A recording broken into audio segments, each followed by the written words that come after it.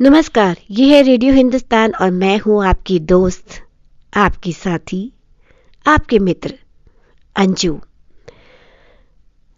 आज मैं आपके साथ बैठकर फिर से कुछ बातें करूंगी और आपके लिए कुछ खास लेकर आई हूँ।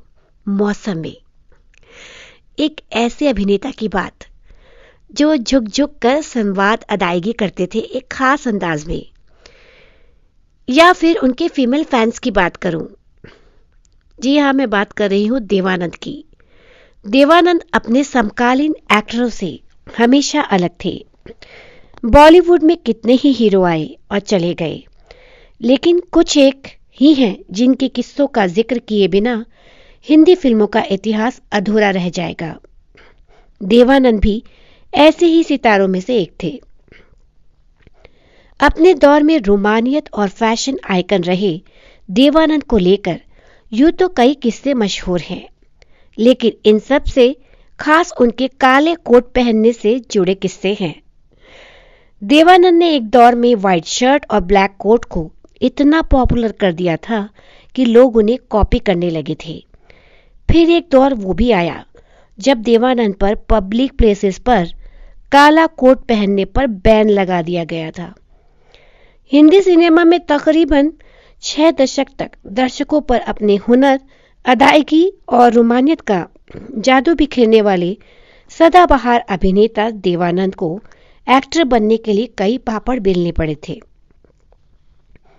दिलचस्प बात यह है कि जब देवानंद मुंबई पहुंचे तब उनके पास मात्र 30 रुपए थे। देवानंद के काले कोट का जादू क्या था, ये हम आपको बताएंगे। अपने दौर के सबसे सफल एक्टर रहे देवानंद अपने काले कोट की वजह से सुर्खियों में बहुत रहते थे। देवानंद अपने अलग अंदाज और बोलने के तरीके के लिए काफी मशहूर थे। सफेद कमीज और काले कोट की फैशन को देवानंद ने पॉपुलर बनाया था। उनका एक गीत याद आ गया, आपको सुनाना चाहूंगी।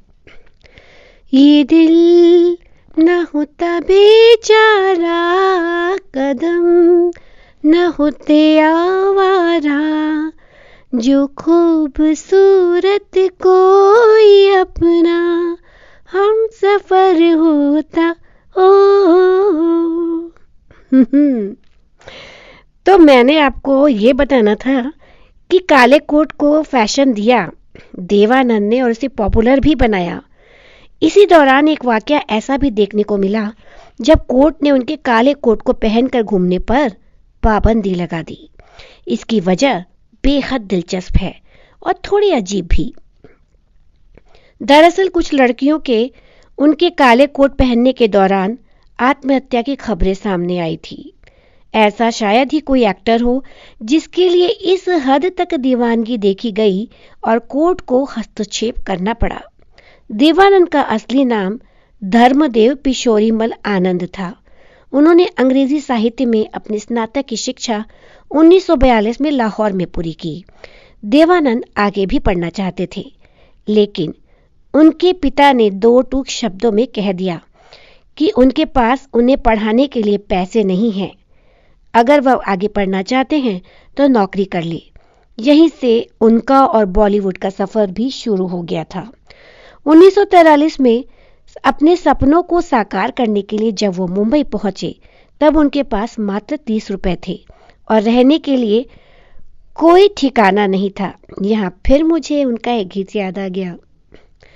नफरत करने वालों के सीने में प्यार भर दूं, अरे मैं वो परवाना हूँ पत्थर को मोम कर दूं। देवानंद ने मुंबई पहुंचकर रेलवे स्टेशन के समीप ही एक सस्ते से होटल में कमरा किराए पर लिखा, यानी कि लिया। उस कमरे में उनके साथ 3 अन्य लोग भी रहते थे जो उनकी तरह ही फिल्म इंडस्ट्री में अपनी पहचान बनाने के लिए संघर्ष कर रहे थे। देवानंद का ही एक गीत और हो जाए। पन्ना की तमन्ना है कि हीरा मुझे मिल जाए, चाहे मेरी जान जाए चाहे मेरा दिल जाए। पन्ना की तमन्ना है कि हीरा मुझे मिल जाए, चाहे मेरी जान जाए, चाहे मेरा दिल जाए, ओए लो तरारू।